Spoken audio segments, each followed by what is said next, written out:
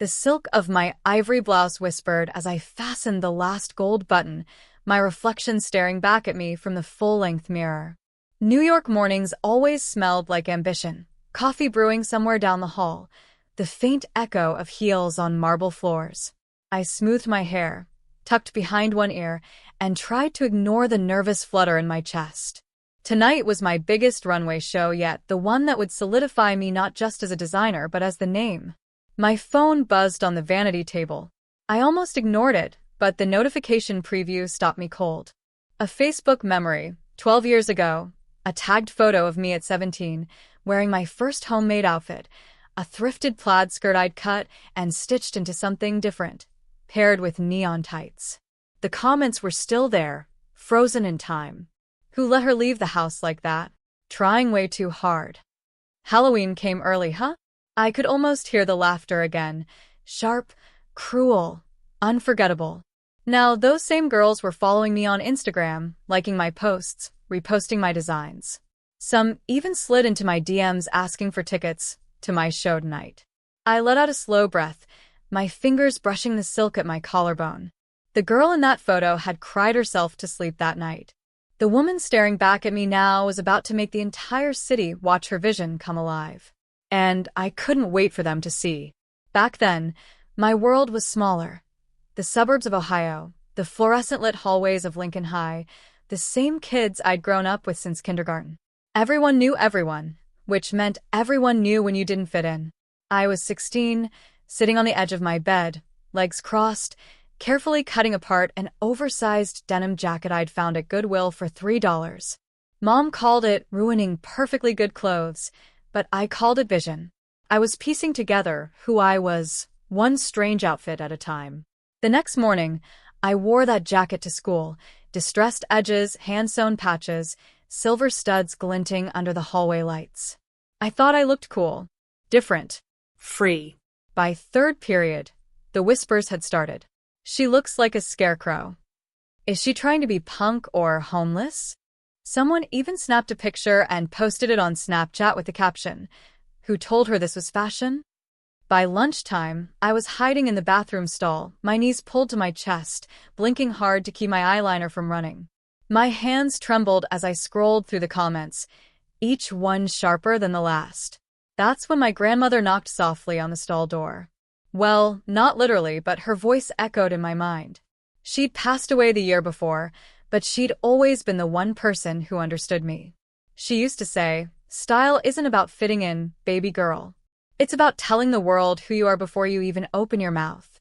I wiped my tears, took a deep breath, and looked at my reflection in the mirror. Red eyes, yes. Smudged eyeliner, yes. But that jacket? It still looked amazing to me. That night, I pulled out the little silk scarf she'd given me for my 13th birthday, pale lavender, with tiny embroidered stars. It had been hers in the 60s, a piece of her own rebellious youth. I tied it around my neck like armor. Something shifted in me. If they were going to laugh, let them. I'd rather be mocked for being myself than praised for being someone I wasn't. The next morning, I walked into school with my head high, the lavender scarf catching the morning sun. And for the first time, I didn't care who was watching. College was my escape plan. I packed my lavender scarf, my sketchbook, and exactly $412 I had saved from babysitting, and took the bus to New York City. Mom cried at the station, half from worry, half from frustration that I was choosing something as unstable as fashion. Dad didn't even come. I enrolled in a small but respected design program and worked 2 part-time jobs just to afford rent. My first apartment was a shoebox above a noisy deli, where the smell of frying onions clung to my clothes no matter how much Febreze I used. I'd stay up past midnight sketching designs by the glow of a single desk lamp, my lavender scarf draped over the chair like my grandmother was still watching over me. I was broke, lonely, and exhausted, but I'd never felt so alive. One of my professors, Miss Caldwell, became my lifeline. She was in her 60s, sharp-eyed but kind, the kind of woman who wore bold red lipstick and didn't apologize for it. One afternoon, she lingered over my sketchbook and said, "You have an eye, Harper. Your silhouettes are unusual, disruptive in a good way." Don't let anyone convince you to play it safe. Her words carried me through the next few years. There were nights I cried into my pillow after another rejection email, days when I questioned if I was wasting my time. But there were also little victories. The first time a boutique bought 3 of my handmade jackets, the first time a stranger stopped me on the street to ask where I got my dress, and I got to say, I made it. My social media stayed carefully curated, nothing too flashy, just enough to let people back home know I was alive. I posted vague captions like, working on something exciting, instead of showing the reality, the sewing machine blisters on my fingers, the ramen noodles for dinner again, the empty wine glass next to a stack of fabric scraps at 2 a.m. Then came my break. A well-known fashion blogger stumbled across one of my jackets at a thrift store I'd consigned to and posted about it. Overnight, my tiny Etsy shop sold out. Orders flooded in. I used the money to launch a small online brand, Harper Lane, named after the street where my grandmother grew up. Within 2 years, I had a small studio, a tiny team of interns, and my first real collection. It wasn't glamorous yet. The walls were bare, my office was just a folding table, and I still made coffee runs myself. But the moment I watched a model walk the runway in one of my designs for the first time, I knew. This was just the beginning. The night of my first major New York Fashion Week show felt like stepping into a dream, or maybe a revenge fantasy I hadn't realized I'd been writing all these years. The venue was breathtaking. High vaulted ceilings, spotlights glinting off crystal chandeliers, rows of pristine white chairs lined up along the runway. My name, Harper Lane, was printed in sleek black letters on every glossy program. The air buzzed with perfume, camera shutters, and whispered speculation. I was backstage, adjusting the hem on a model's skirt, when my assistant rushed over. Harper, she whispered, eyes wide. You have some, special guests. I followed her gaze toward the audience. My heart stopped.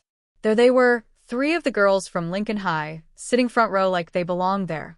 Perfect blowouts, designer handbags, the same polished smiles I remembered from sophomore year. The same girls who had turned me into a hallway punchline with a single Snapchat post. For a moment, the air felt thin. I was 16 again, hiding in the bathroom, shaking. But then the lights dimmed, and the first notes of music swelled. My models strutted onto the runway one by one, wearing pieces that told my story. Bold, daring, unapologetic.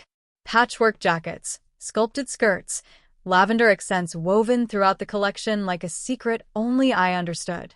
From backstage, I watched them, my ghosts from the past, their expressions shifting, whispering to each other, leaning in wide-eyed. When the final look appeared, a floor-length gown inspired by my grandmother's scarf, the room erupted in applause. Cameras flashed, editors scribbled notes, influencers recorded stories for their followers. Then came my cue. I stepped onto the runway, head high, lavender scarf tied neatly at my throat. The applause got louder, a standing ovation in pockets of the audience. And there, in the front row, I saw them, my old classmates, clapping hesitantly, mouths slightly open. After the show, they found me backstage. Harper, one of them said, almost shyly, We just wanted to say congratulations. Your collection was wow. Honestly, you were always different. I guess we didn't get it back then. Her friend laughed nervously. Yeah, you were ahead of your time, I guess. I let them stand there in the glow of my studio lights, surrounded by racks of my designs, the framed Vogue feature on the wall, the interns bustling around me like I was someone important, because now I was. Finally, I smiled, calm and deliberate. You know, I said softly, I used to cry in the bathroom after you laughed at my clothes. Tonight, you sat front row at my show. Funny how things work out. Their smiles faltered, shame flickering across their faces. I didn't wait for a response. I turned back to my team, giving instructions about the after-party guest list. This time, it was my world, and they were just visiting. The after-party was held in a glass-walled rooftop lounge overlooking the Manhattan skyline. The city glittered below like a field of stars, champagne flowed freely, and my name was printed in gold lettering across the backdrop, where guests posed for photos. I spotted them again. The girls from high school, lingering by the bar, sipping nervously, clearly waiting for me. I could have ignored them. I could have let them go home with nothing but the memory of my success burned into their minds. But I didn't build this life to stay silent. I walked over, heels clicking against the polished floor. They straightened immediately, smiles snapping back into place. "Harper, we were just saying—" One began, but I held up a hand. "Let me speak first." My tone was calm, not cruel. "I'm glad you came tonight. Really. But I need you to understand something. I didn't get here in spite of you. I got here because of you." They blinked, confused. All those jokes, all those whispers, they made me sharper. They made me fight harder. But that girl in the bathroom?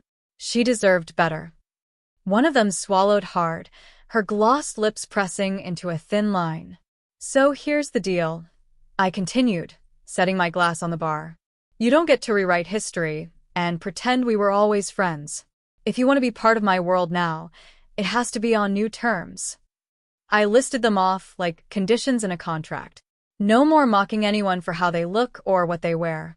No more tearing down the girl who dares to be different. And no more fake apologies unless you mean them. For a moment, no one spoke.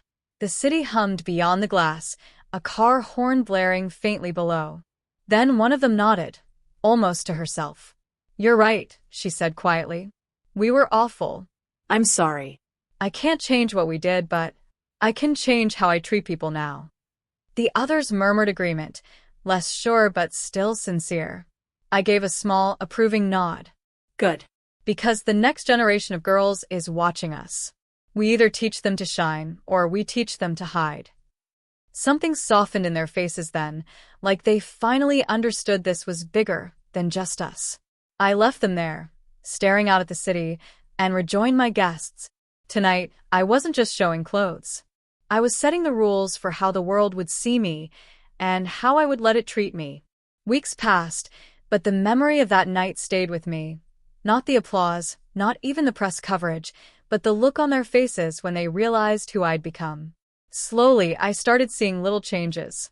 One of the girls shared an Instagram story shouting out a local teen's handmade jewelry business.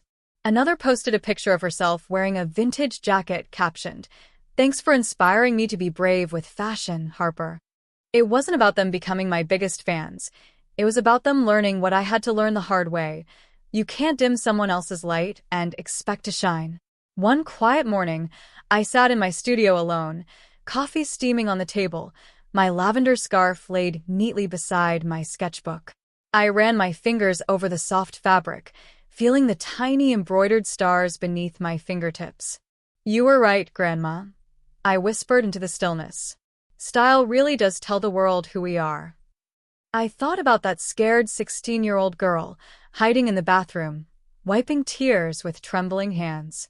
And I wished I could tell her what I know now, that she wasn't too much, she was just early. The city outside buzzed with life, but in that moment, everything felt quiet, centered. I tied the scarf around my neck, stood, and faced the mirror. "They mocked my style," I said softly, smiling at my reflection. "Now I'm a fashion icon." And for the first time, I truly believed it.